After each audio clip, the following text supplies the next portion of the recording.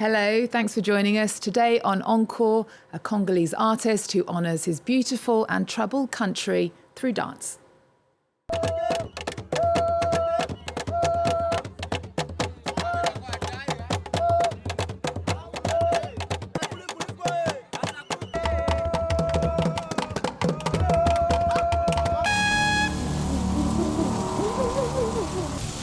Faustin Linyekula is a prolific award-winning artist who's been a fixture of dance festivals in Avignon, Brussels and Johannesburg since the early 2000s.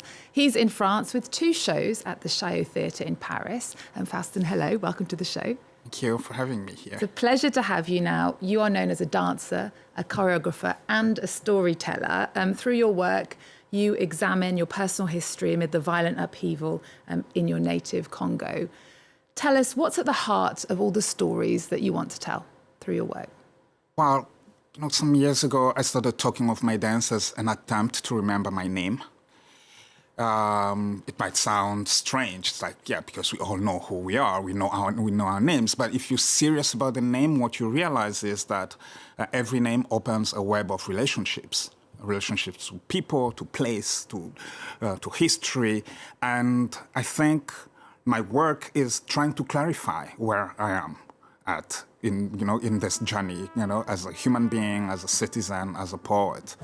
So I keep going back to the stories from my country, from the family, and try and see if it's possible to make poetry with all of that. Well, your work all relates to the Democratic Republic of Congo, or former Zaire, as it was called when you were growing up, former Belgian Congo, former Congo Free State, the private property of Leopold II, King of the Belgians. Now, your first and only solo work in 2011 explored the impact of Congo's collective history on your body. Let's take a look.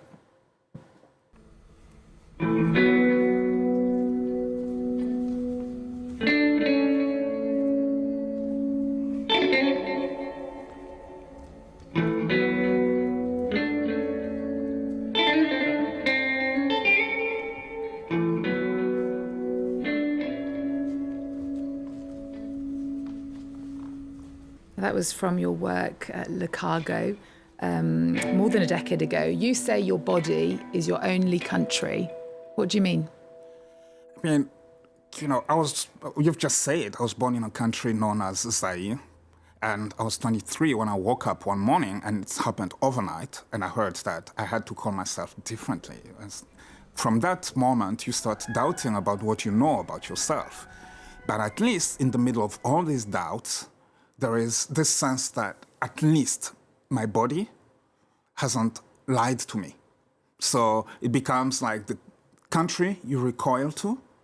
And from that place, you try and see how you can connect to a larger space. So the body as a way of, it's also like an invitation to the individual, to this little space that we all occupy and from which we can connect to the world. And this is really important in a country. When you come from a country like mine, I grew up in a dictatorship. The very nature of dictatorships is that individuals do not exist. And so we are completely dispossessed from who we are and our own. We're not even responsible for our own lives. So going back to oneself is really like putting back that responsibility to myself, defining where I stand, and then how I connect. So this has become my permanent journey now. And you grew up in Kisangani, and which was probably the city which was the model for V.S. Naples' 1979 novel, A Bend in the River, which was about post-colonial chaos.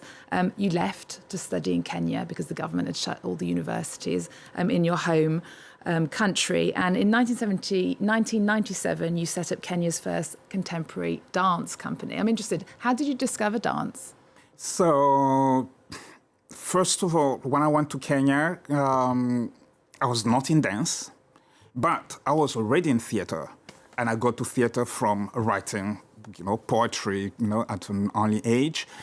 And when I got to Kenya in 1995, there was a workshop with an artist from Ivory Coast called Alphonse Thierou, and he was going across the continent giving workshops that were called Towards a Contemporary African Dance.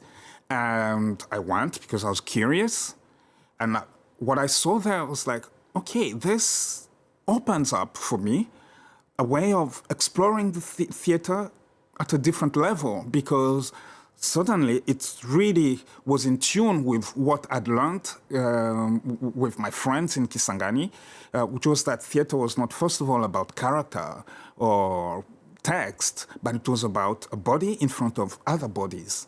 And therefore, when I discovered this, it was like, oh, this is just a way of widening my palette. And for a long time, I couldn't call myself a dancer, though, because I was like, well, it takes a lot of training to call oneself a dancer, maybe also because I believe in rites of passage. But after years of working really hard, I can say, yeah, I started confidently calling myself a dancer. And after 8 years of traveling and working around the world, you did go home in 2001. You returned to DR Congo and you settled in Kisangani, where you started out. And there you created your collaborative arts platform, Studio Kabako. Why did you go back? Well, earlier on you said that I'm known as a dancer choreographer, but I really like calling myself a storyteller. And when I realized in 2001 that actually the kind of stories that were always inspiring me to make work were stories from home, I was like, well, if I am to be really honest with this work, I have to be back home. And going back home, it was also like a way of resisting. There's like some form of fatality. It's as if the country is doing so badly that whoever has an opportunity to leave goes away and to never return. And so for me, it's just also a challenge, a way of asking myself the question, but also asking people around me, is it still possible to dream from the ruins of our country? And is it? Yes. If 20 plus years later we're still there, yes, it doesn't mean that it's easy. But again, it's this sense of responsibility. We're saying, well, the circle is broken. Well, let's talk about your latest work. Because of colonialisation, a lot of Africa's history has been lost, forgotten, buried. You're in France with a creation that's called My Body, My Archive. And that questions ancient knowledge stored in the body against the history found in books. Let's take a look at the teaser.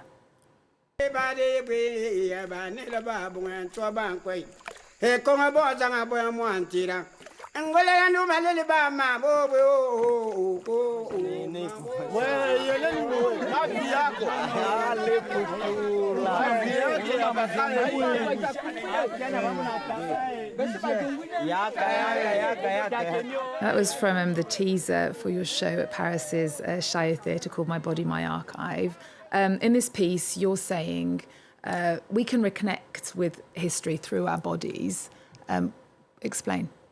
See, when you are interested in history and you come from a country like the DRC, you're confronted with, the question of archives or lack of them or the insufficiency of archives. In that before colonial times, my ancestors had developed other ways of archiving.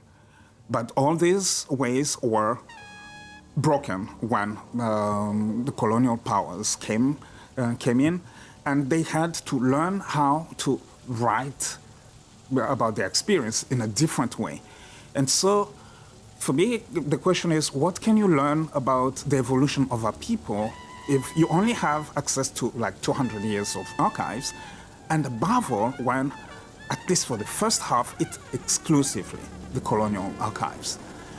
That when being a dancer becomes like an opportunity, because like everybody, every human body, even a baby who's just been born, is ancient. Because genetically, there are experiences that are transmitted to us from all those who walked on this earth before us. Now, if dancing can be a way of trying to ask the body questions, it doesn't mean that I'm even capable or equipped to understand if the body talks back, but at least to just activate the body. Well, Faustin, you have 2 shows at the Chaillot Theatre in Paris, My Body, My Archive, and Mamu Tshi, Portrait pour Amandine. Both are on between the 14th and 17th of June. And there's a rich selection of dance performances showing over the summer, depending on where you are.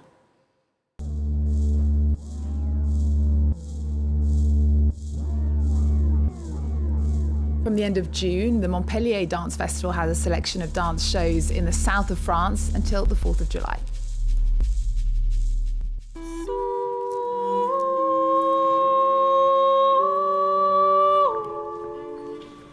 At the Avignon Theatre Festival, Belgian choreographer Anne-Therese de Kissmaker has 2 shows throughout the month of July, Exit Above and En Attendant.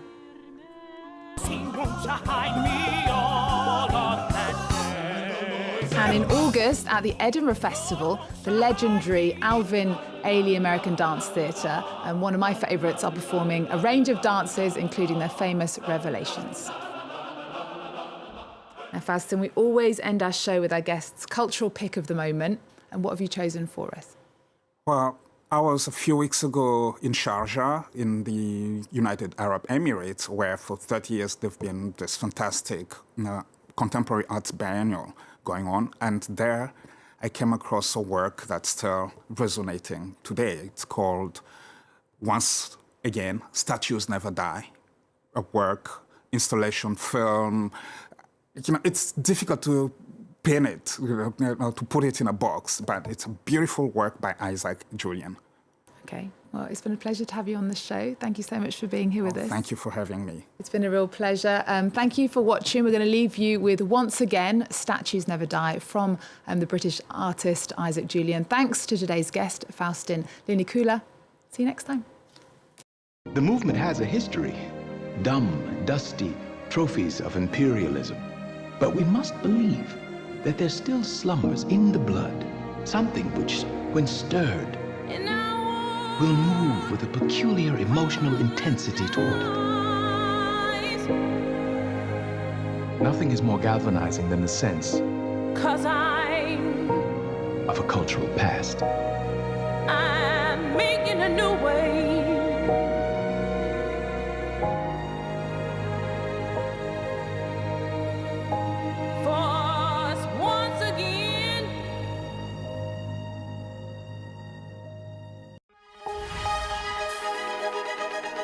Want to know? Find out here. With France 24, learn to tell what's true from what's fake on social networks. Identify the false rumours in European news stories. Get reliable information about migration. Truth or fake, every day we bring you information that is verified and put into context. France 24 is news you can rely on every day across all platforms.